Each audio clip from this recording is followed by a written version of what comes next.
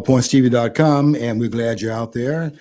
We had a few technical problems here, but we got it all cleaned up now and ready to go again to do the program that we have planned for you today on Labor Day. Hope you're there and having a great Labor Day with your family. This is my last day for barbecuing for the year.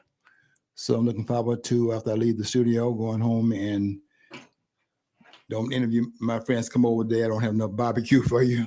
Come over tomorrow. we have the leftovers. Okay, hope you have a nice Labor Day, and hope your family is doing well. We are here to clean up a few things that we did last week. I wanted to come to the studio and today to read a couple of things to you from the Constitution that I'm very concerned about in terms of this upcoming election, because we've got to get back on track here with what the founders had intended. And what the intent for us to have was free and fair elections, where we would have in our government, a representative government, not a democracy they keep talking about, because that's not the intent. The intent was to have a constitutional republic through the use of the democratic process. And that process is that you would, in fact, choose your elected officials. You would have a democratic election, and that would then give you your representatives and a representative government that is tied down by the rule of law and that which is commanded in the Constitution of the United States. You can't go helter-skelter and start making claims that are not in the document. And what I want to do today is I want to clean up a couple of things I did last week. I want to read exactly the language, because I don't want to misquote anything that I can go and specifically just read it word for word of what the document says. So I'm going to read three different parts of the document,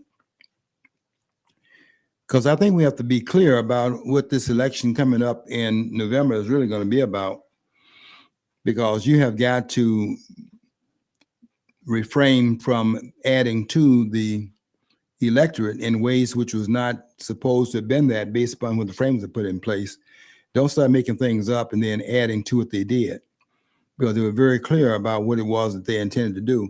And that which is left out was intentionally left out. It wasn't like it's an oversight on the part of the framers to leave things to the next generation to figure out for themselves. They figured it out at their convention. And that's why they are there so long, because they were thinking about everything they were placing in the document. They were thinking about it and how it overlaid with the other parts of the document.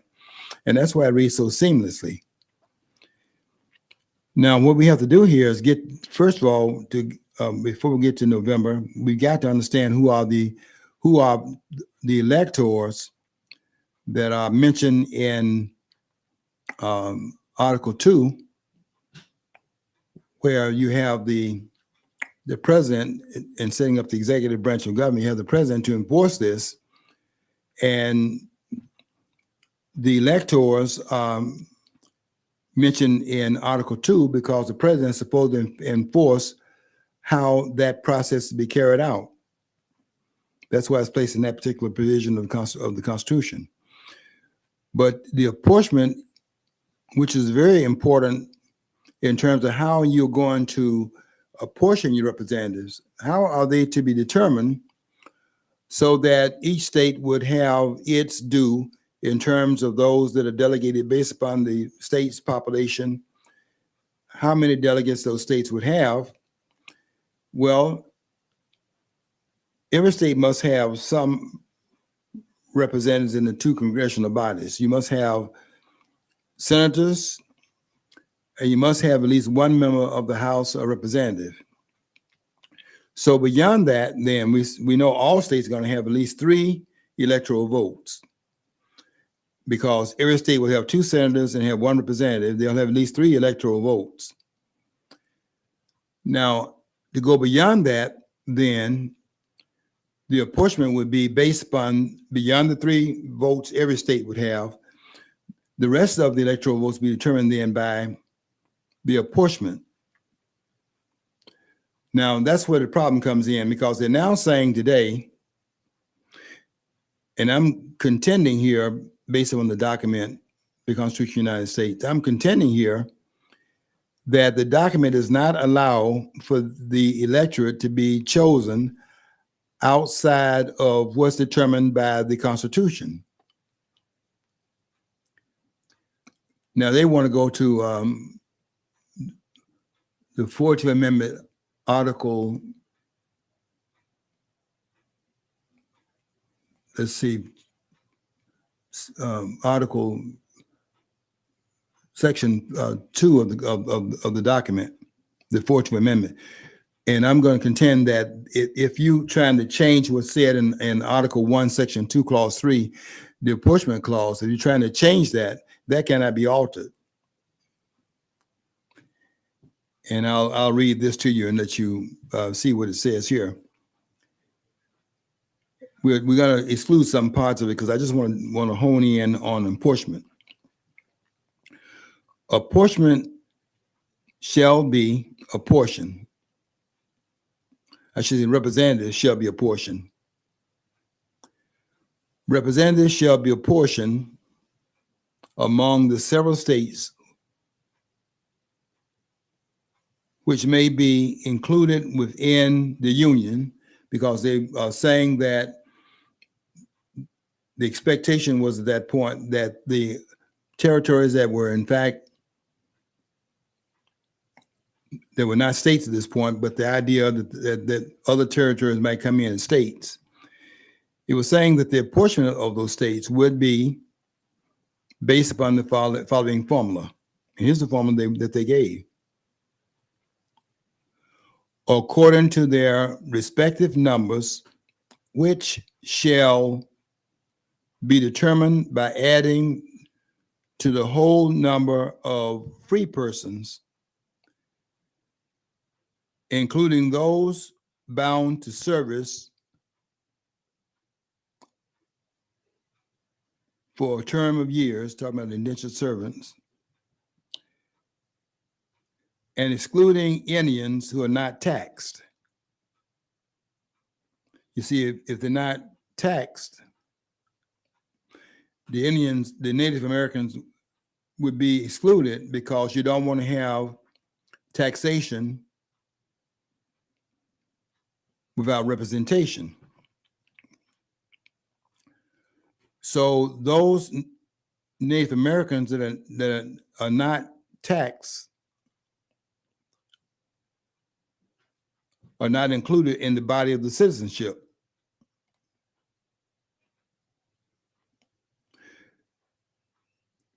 Now, if that is true, then if you are not in the body of the citizenship, the Indians not taxed and not included in the body of the citizenship, then of course about they are not to be counted as part of the apportionment. That's why it's saying here, the apportionment shall be determined by this particular formula. So the Native Americans are here, but if they're not included in the citizenship, you see, here's a caveat. They're not to be counted for the purposes of apportionment. Why is that true? Because the intention is the citizens are to be accounted for apportionment.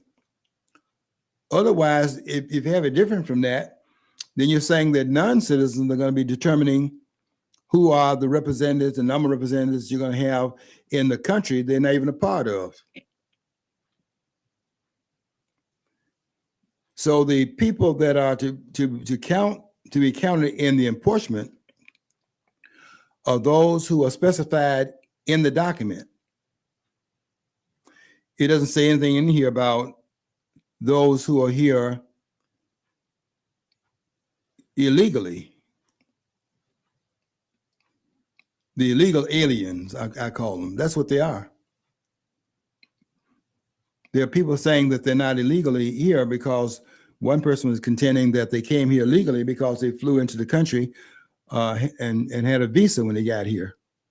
And what they did is they stayed here deliberately beyond the time of the visa being here, and that they are here legally because they came in legally. But if you stayed beyond your visa, at the point of the expiration of your visa, you are then here illegally, because the visa allows you to be here legally on the requirements of the visa.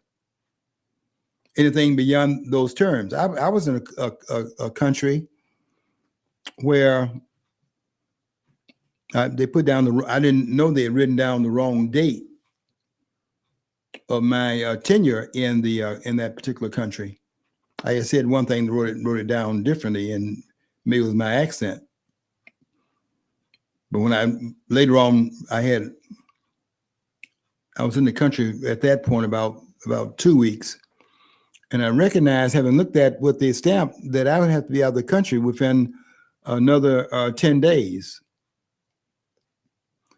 And I had intended to be there for, let's see, it's been about at least 3 weeks, probably about a month in that country at that time. Now, if I had stayed there beyond what that guy had stamped, I would have been in that country illegally and subject to arrest in that country. Because the idea is that you're in a country, you're there at the behest of the country, and based upon the country giving you authority to be in the land space. If you don't have the authority to do that, you can't be in the country legally. If you're not here legally, you certainly cannot be counted in part of the enforcement of the country.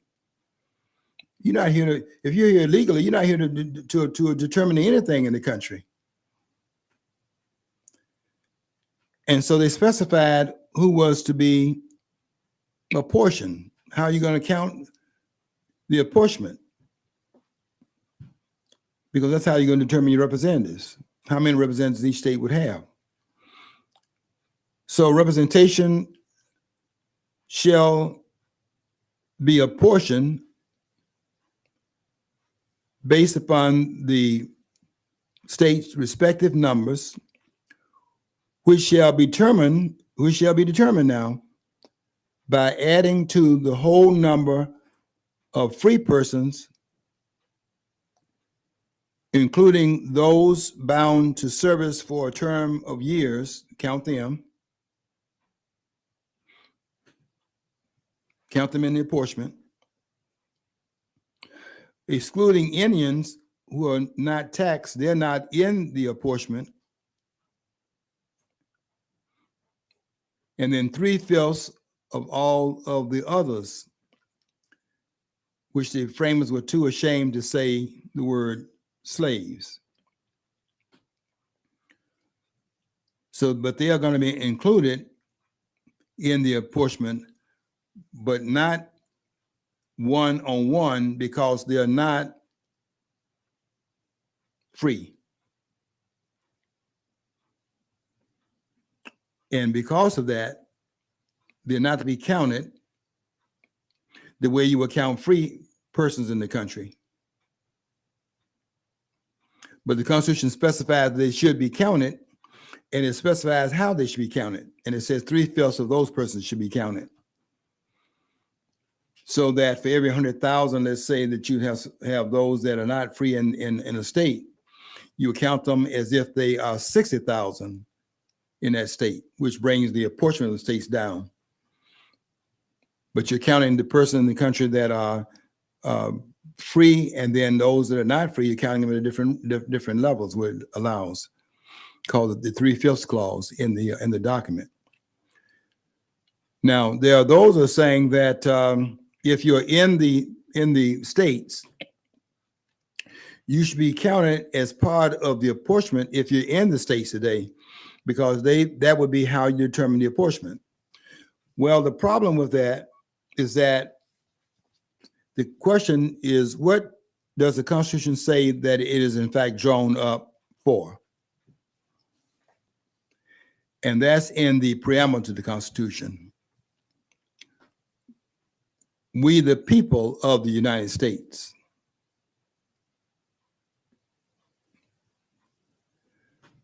Now, you can say, well, they are the people of the United States because they are inside of the country. So let me read this to you if you're making that argument. Because this argument that they're making, that you can come here and have a child. I want you to listen to the framers very carefully here. That's why I brought this book here to the studio, called "The Founder's Speech to a Nation in Crisis," written by Stephen Raab. It's really a country that's confused, and that's why the country's in crisis. The Founder's Speech to a Nation in Crisis. Let's see, can you see that?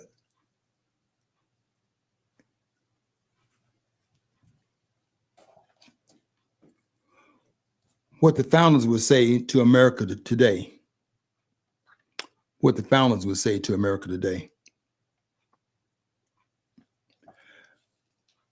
Outside of, before they say anything to them, they would probably ask a question after saying how badly wrangled they have made the Constitution requirements. They would ask us a question, and that question would be, are you kidding? Because what they're saying, the framers intended, was not intended by the framers. If you're trying to say that the apportionment would be all the ones inside the states, for example, and they are saying that right now. They're saying if you're inside the states, if you have these illegal aliens going into Illinois, that should raise their apportionment count. And the number should change by the number of people inside the states, even if they're not citizens of the states. That should change the apportionment. And if you say that, then what are they saying in the preamble when they say, we the people of the United States? Well, they say, well, they're in the United States. So if you're in the United States, they're saying then, by being in the United States, if you are born here in the United States, that makes you a citizen of the United States. They're saying that both of these things are wrong and not allowed by the Constitution of the United States. I'm going to read it to you. I don't have to guess at it. I'm going to read it to you because neither of those constructions are true.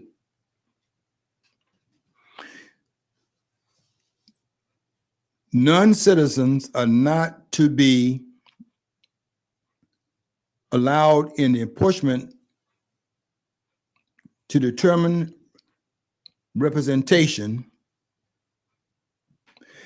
except it's spelled out in the Constitution of the United States. And it does make some exceptions to it,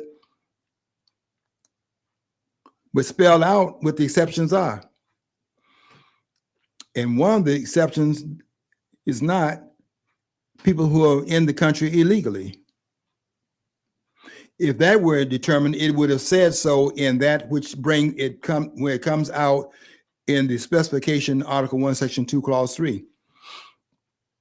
It says very specifically who are to be counted in the apportionment.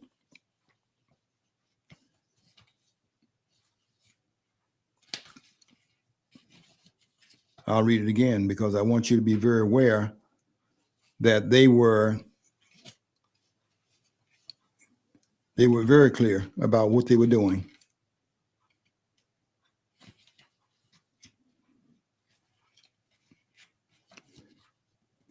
They were very clear about it. There's no wiggle room here.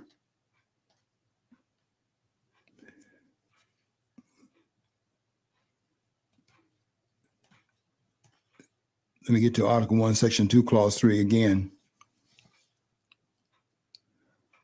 Representatives shall be apportioned among the several states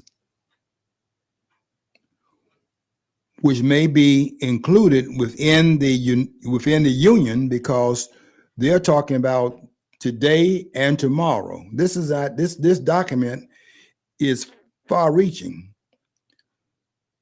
to apply to the circumstance that existed then and to apply to the circumstance that will exist in the future. So as that song says, Don't go changing.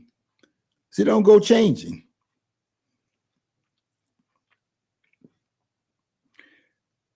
The founders would say that in speaking to a nation in Christ, they would say that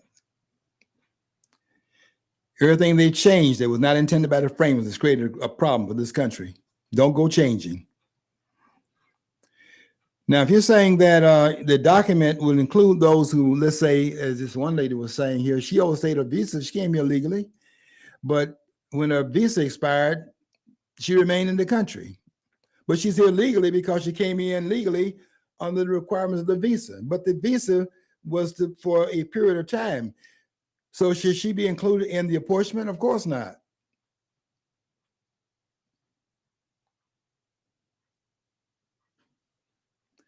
Well, you say, well, it says we the people of the United States, and she's in the United States.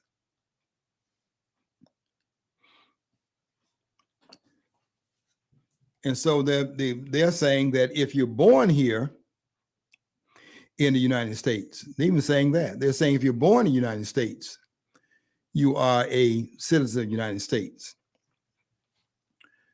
Well, let me read this to you. And you tell me if that can be contended based upon this language here. Listen very carefully. This is the 14th Amendment.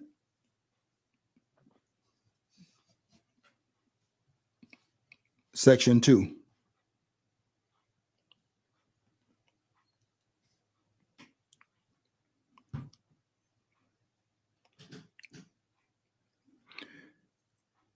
Representatives shall be apportioned among the several states according to their respective numbers.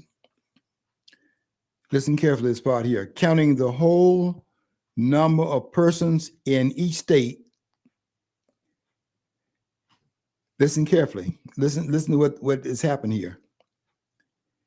Excluding Indians not taxed.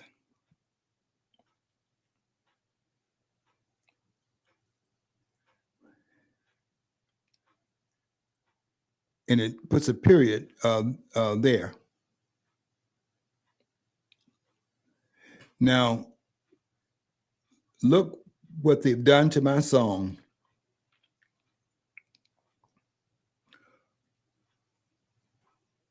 Why didn't the persons that's amending this document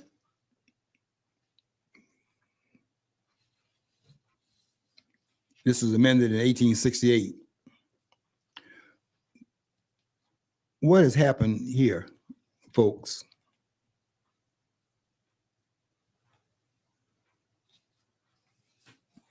What has happened here in this document?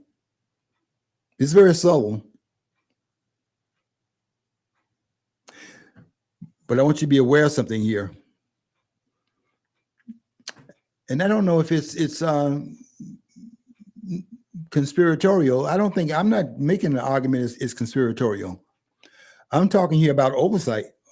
These are oversights. These are not insights, these are oversights.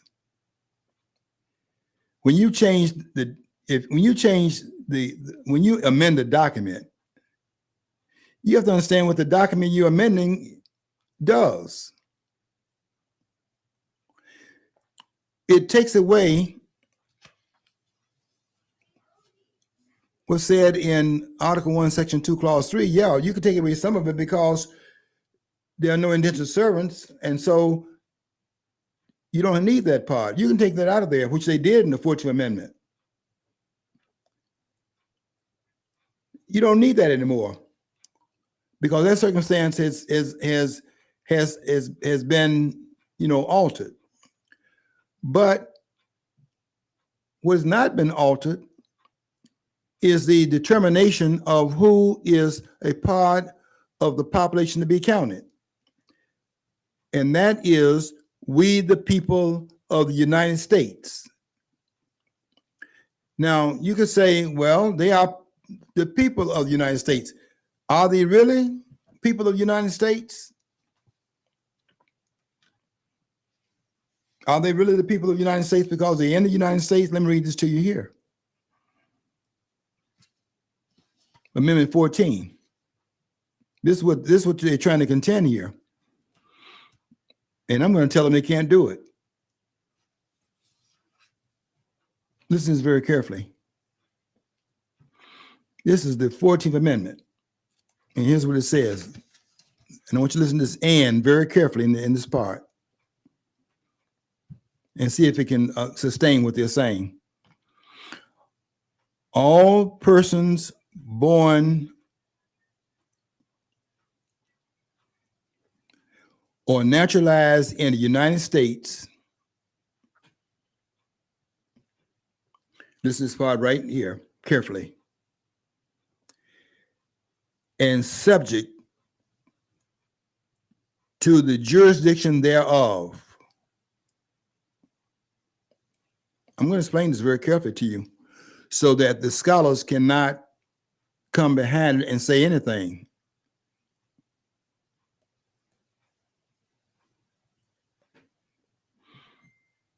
Because I want you to see something here that they're not talking about. I'm going to read this language to you very carefully. All persons born or naturalized in the United States, because there's two ways to establish citizenship: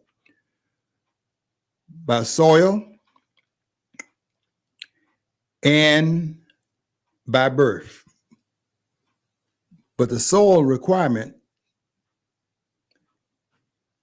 has a caveat to it.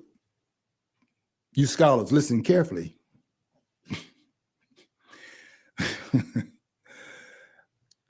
Listen very carefully. All persons born or naturalized in the United States, listen carefully, and subject to the jurisdiction thereof. Now listen carefully to this point here. You notice it does not say subject to the laws thereof.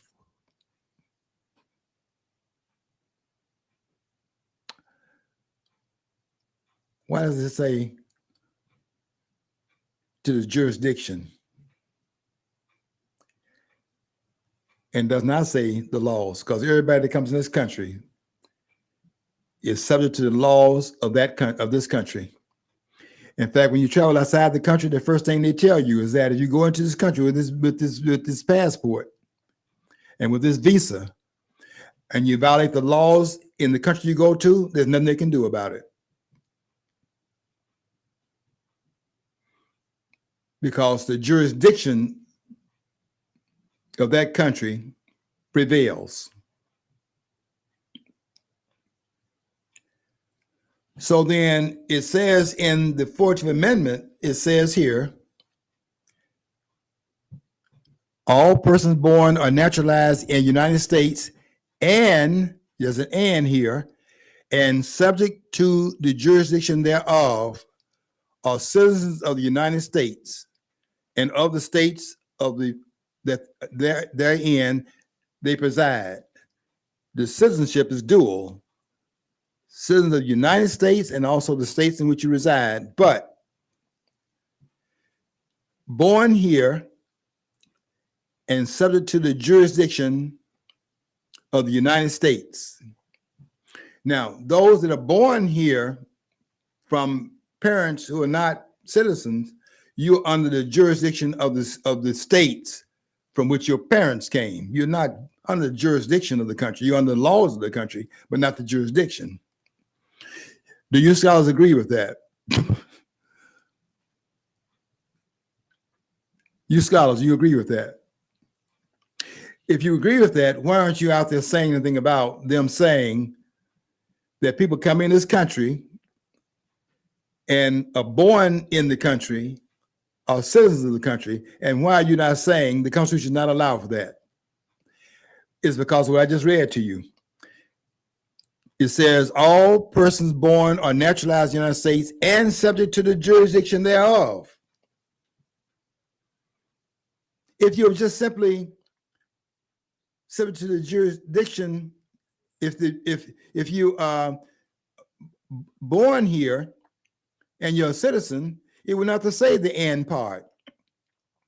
All persons born or naturalized in the United States, and it says "and" here, and subject. You see, It doesn't say, listen carefully, it doesn't say subject to the laws, because that's automatic. You own the land, you own the soil, the laws apply to you. But not the jurisdiction applies to you by that. You understand that?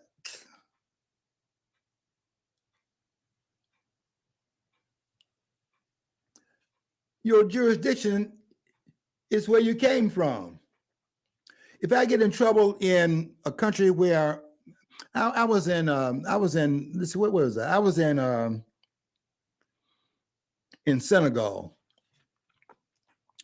and I got stranded in Senegal because they stopped my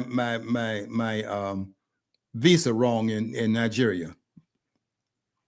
They stopped. I sent my visa, my passport to the Nigerian embassy in Washington when I was getting ready to travel, because I was going to travel to more than one country. And I asked for a double entry into Nigeria. So I was going to leave Nigeria and go to a couple of other countries in Africa, come back to Nigeria, and then exit off the continent. They only gave me a single entry, which I wasn't aware of that till I got out of the country. I went to Senegal. I went to Gambia. I think I might have gone to one of the countries as well. But when I came back to Senegal, they blocked me because they looked at my visa and only allowed me one entry into Nigeria. And now I'm stranded, and I was stranded in Senegal. Can't get on the plane. I'm in Senegal, and I can't get out. I'm blocked there. And I had to figure this thing out. But what I did, I went to the American embassy in Senegal. Why did I do that? Because that's what a jurisdiction, my citizenship jurisdiction was. I couldn't appeal it. I couldn't go to Senegal. I had to go to my embassy.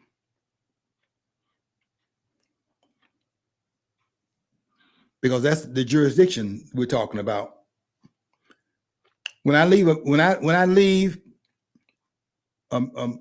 America, the United States of America, and I'm traveling, and you want to say that you're African American, you can say that. The question is, what's your jurisdiction? If you say your jurisdiction is Africa, where? What embassy are you going to?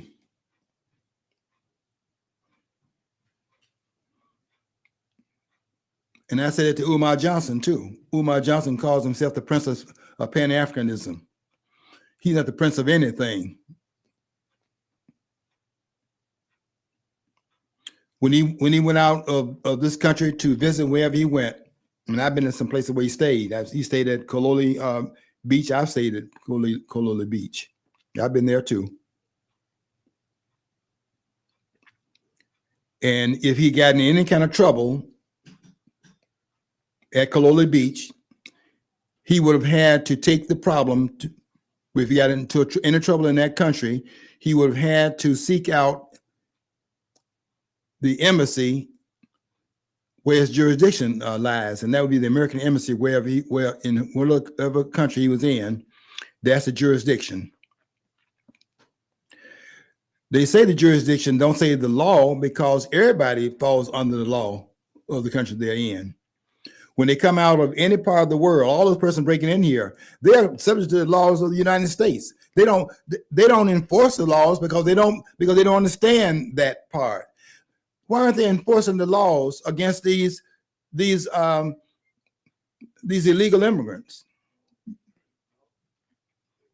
They don't enforce the laws, but the illegal immigrants in here are not here because they have any jurisdiction to be here. They have jurisdiction lands they came from. And that's why the amendment says citizens based upon the soil and the jurisdiction. It was just based upon the soil. You're born on the soil, and that's all. You would have to add the rest of it. You add the rest of it because it doesn't apply if your citizenship is not United States. It's very specific in that regard. Do you scholars agree with that? And if you agree with it, why aren't you talking about it?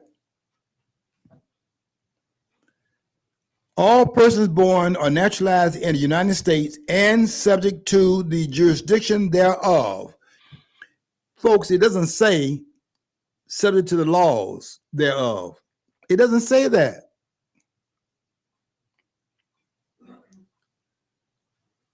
Because that's comprehensive. You don't have to mention that which is an automatic. Everybody is subject to the laws. You can't come in here and violate the laws. Everybody is subject to the laws. They didn't deal with that. That's to be understood. But they say subject to the jurisdiction thereof. The jurisdiction is not because you're born here. The jurisdiction is the jurisdiction of where you came from. Your jurisdiction doesn't change because you change your location. My jurisdiction is still the United States of America.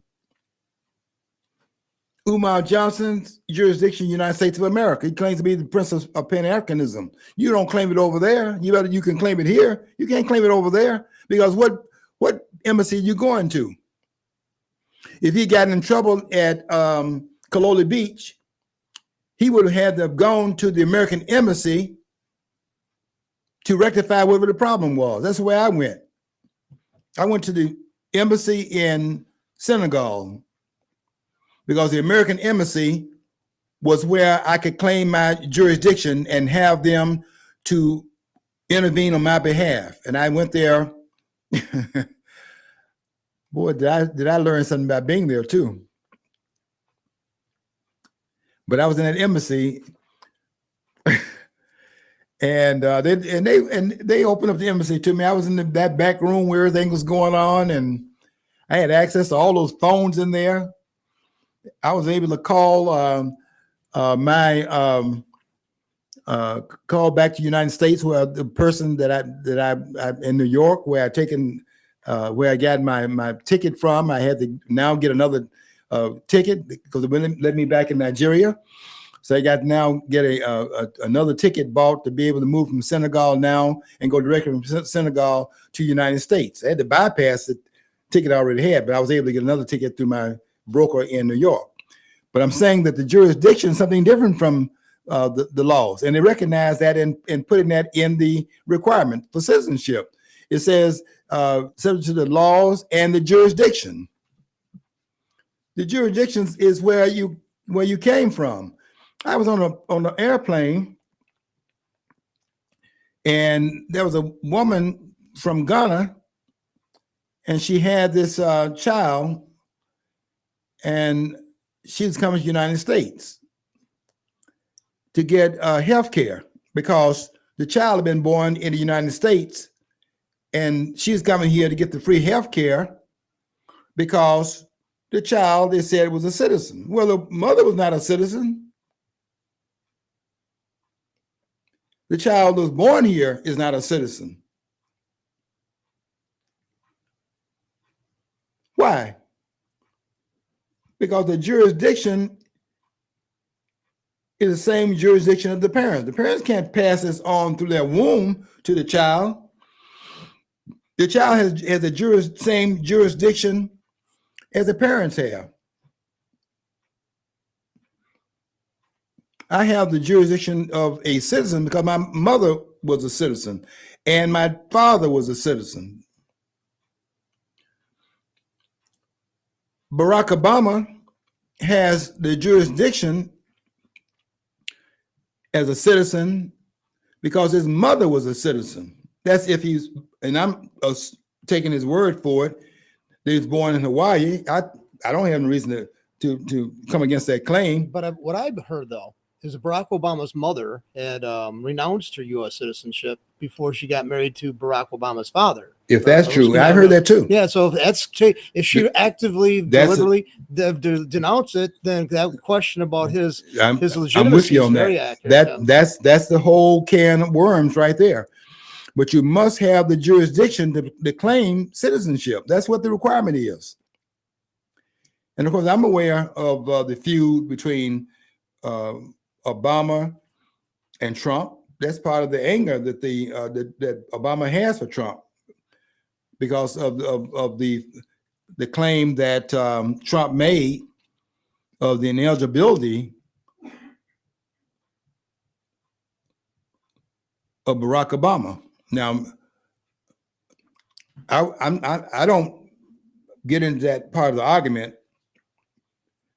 I do have some questions about it, but I come at the argument a different way, because this is a claim I can make, and that claim is that that Obama is not a Black American.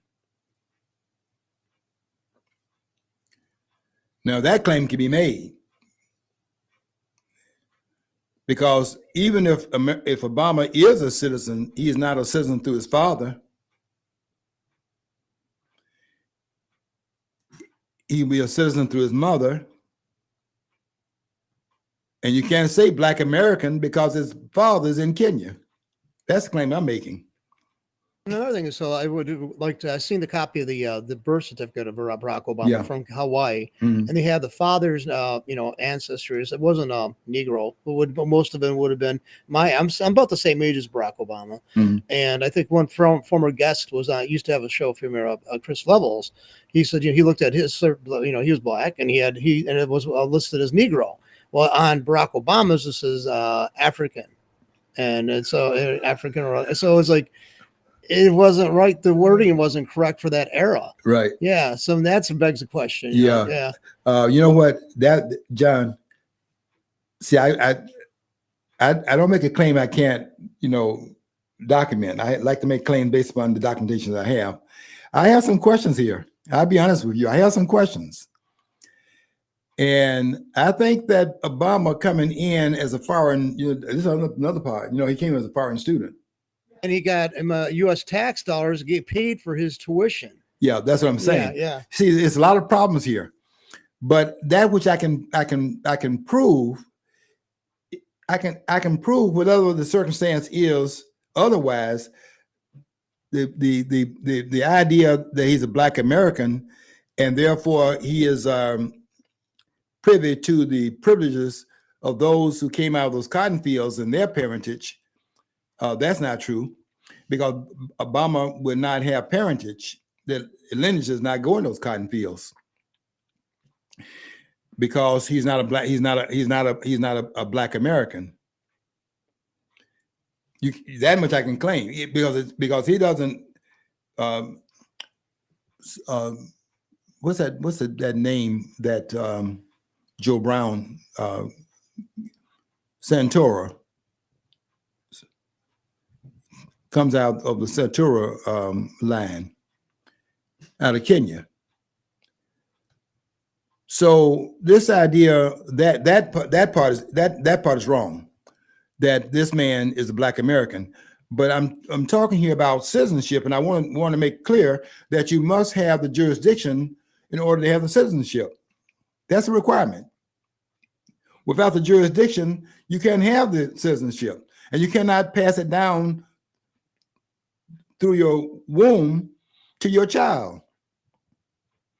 If you don't have citizenship, then your child is not a citizen, because the child is born elsewhere. Your child can be born here, and by born in the country, he's subject, as you are, to the laws of the country.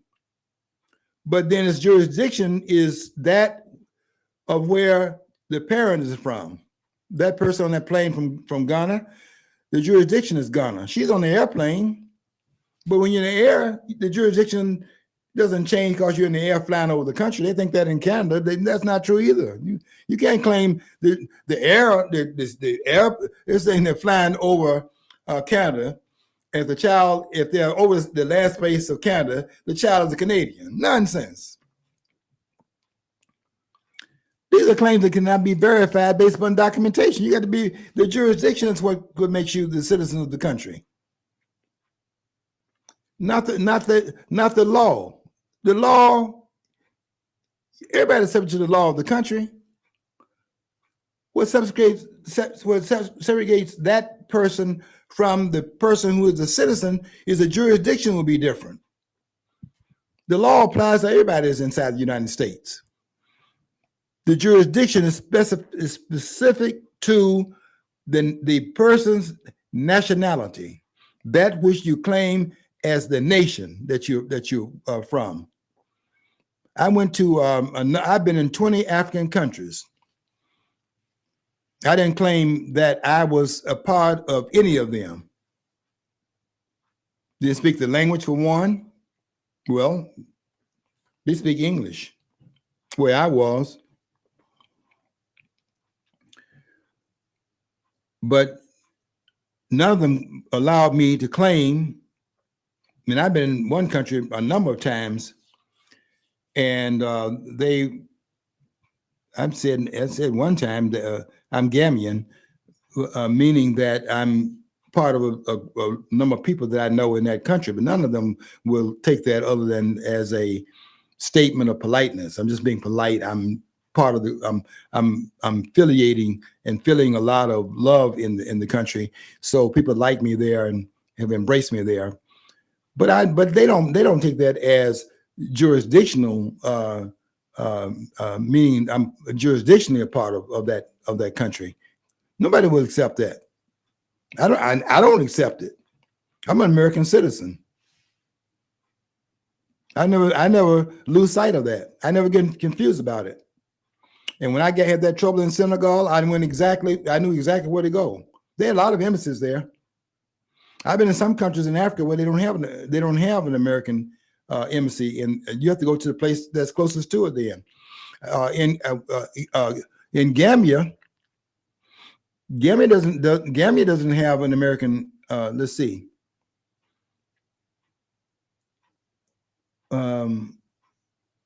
Gambia does not have an American embassy. I think you have to go to Senegal. You have to go to Senegal for that. Next door, Gambia is surrounded by Senegal on three sides. It has one outlet to the Atlantic Ocean, but on three sides of it, it's surrounded by Senegal. You have to go to Senegal to get a visa to the United States. But their jurisdiction doesn't change because they went to Senegal to get the visa. Your jurisdiction doesn't change because you change the where you are. Now, if they came here and they were naturalized through the means of which become a citizen of the country, then there's a jurisdictional shift, because you're now. You said, John said, I've heard this too, that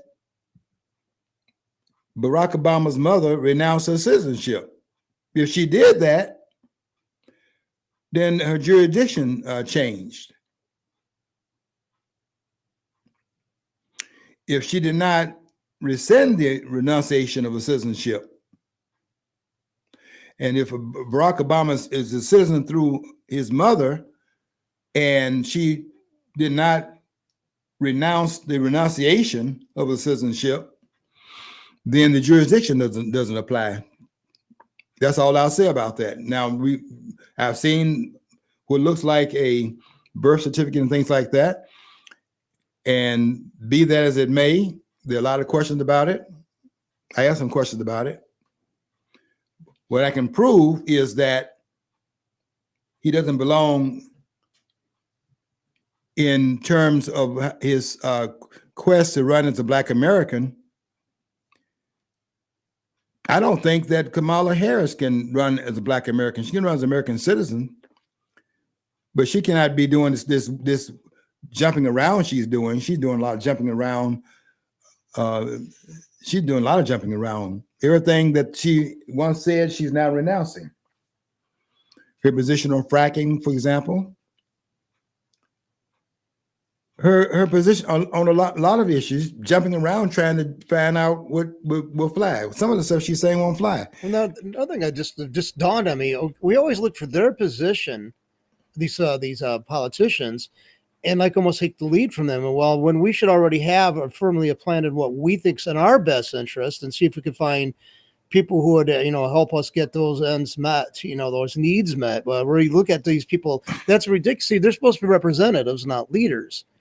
And that's a big difference between being leadership and being representative. Yeah, John, and if you're gonna lead, you got to lead from the standpoint of what you're required by the document that orders you to behave in a certain way. You can't behave in the way you want to and claim to be a leader of the country, because if you're a leader of the country, you have to lead by what the documents require you to. This document orders. It's an order. Look at it as the executive order. We keep talking about executive privilege. There is no executive privilege. The idea that you're privileged, well, if it's executive privilege, here's a privilege. It's a privilege to be the president of the United States. It's a privilege for you to be the executive officer of the United States of America. There can be no greater. They don't even feel like it's an honor anymore. That's a tremendous honor to be the head of your country.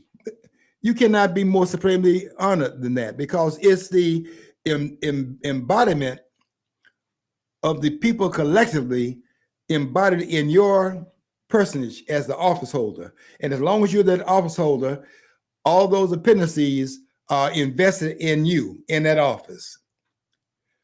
Now, when you step down, something different. But right now, all the embodiment, the people collectively are embodied in the presidency of the United States of America. And that's why it is unconscionable for anybody to get in an office and be talking about these different jurisdictions that we have in this country. You have to be the president of all the people, all the time. And they're not that. This song that says, vote for me and I'll set you free. That it don't work that way. Whether we vote for the candidate or not. I'm not voting for Kamala Harris. I want to say that on the air. I'm not voting for her. I'm voting for Barack Obama. I'm not voting for Barack Obama. I'm not voting for Kamala Harris. I didn't vote for him in 2012, and I am not voting for Kamala Harris in 2024. Not going to happen. But if she becomes president, I don't think she will. Looking at the polls, looking at a lot of different things, a lot of indicators, I don't think she will become president. Hanky panky. That's possible. But based upon what I'm seeing in the body politics, I don't think it's going to happen. Because she also killed herself, not in a debate. She killed herself in that interview she did. That interview, I watched the CNN reports of how she did. She did terrible. Now they had a hard time after the interview was over. It lasted 26 minutes and 26.5. Let me get this straight. 26 and a half minutes. 17.5 of those minutes was where Kamala Harris talk. It was 6 minutes of the host, Dana Bash, and 3 minutes of the vice president.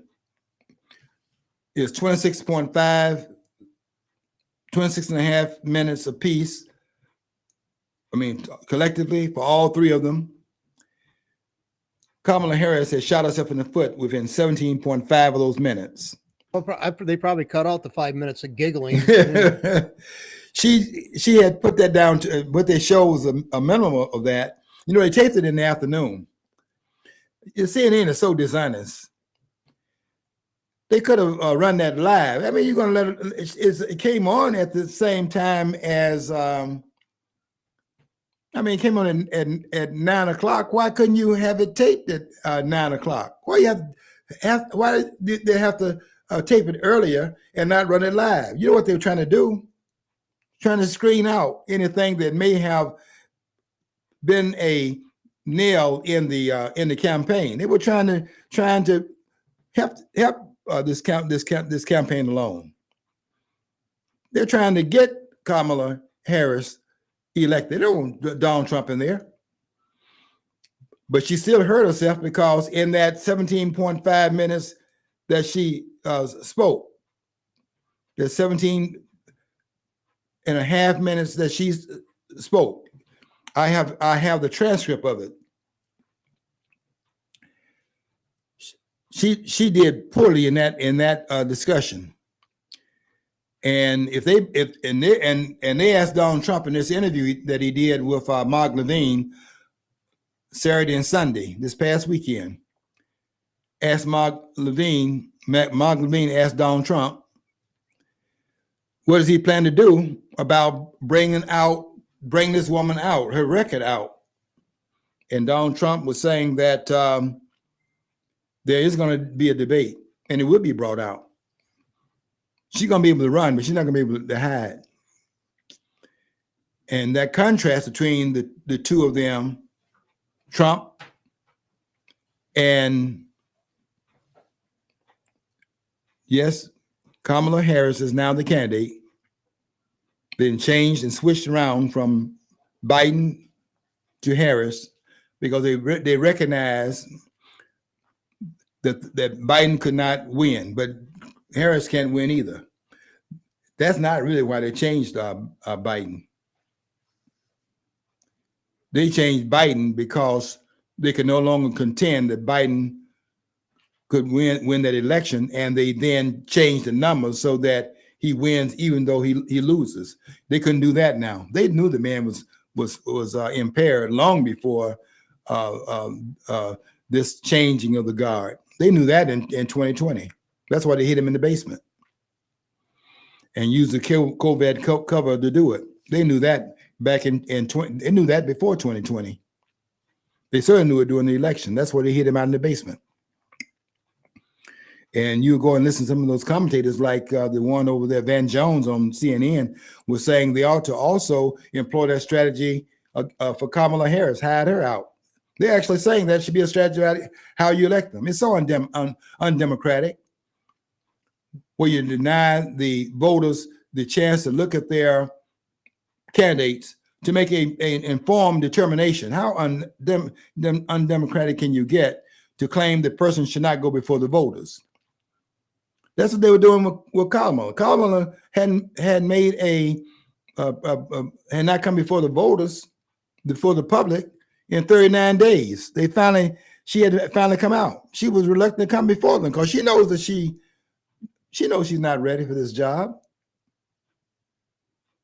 But the contrast is now out there between Trump and Kamala Harris. And what did it in Kamala Harris's case was not a debate. And I'm looking forward to that debate. It's supposed to be the 10th of September. I'm really looking forward to it.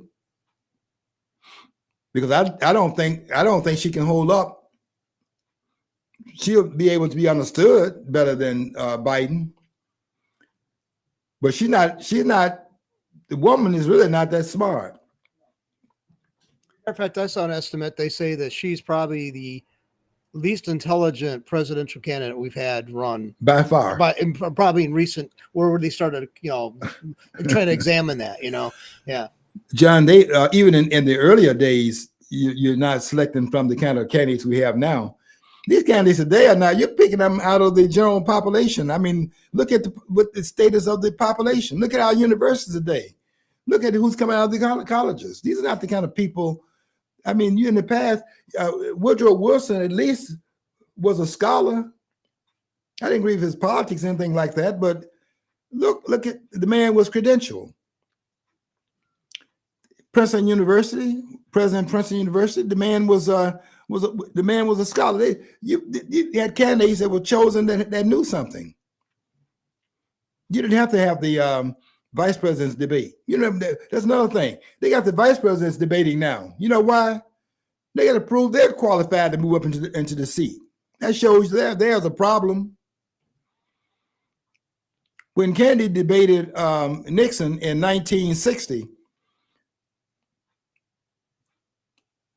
the Kennedy-Nixon debate. Okay. Who were the vice presidential candidates?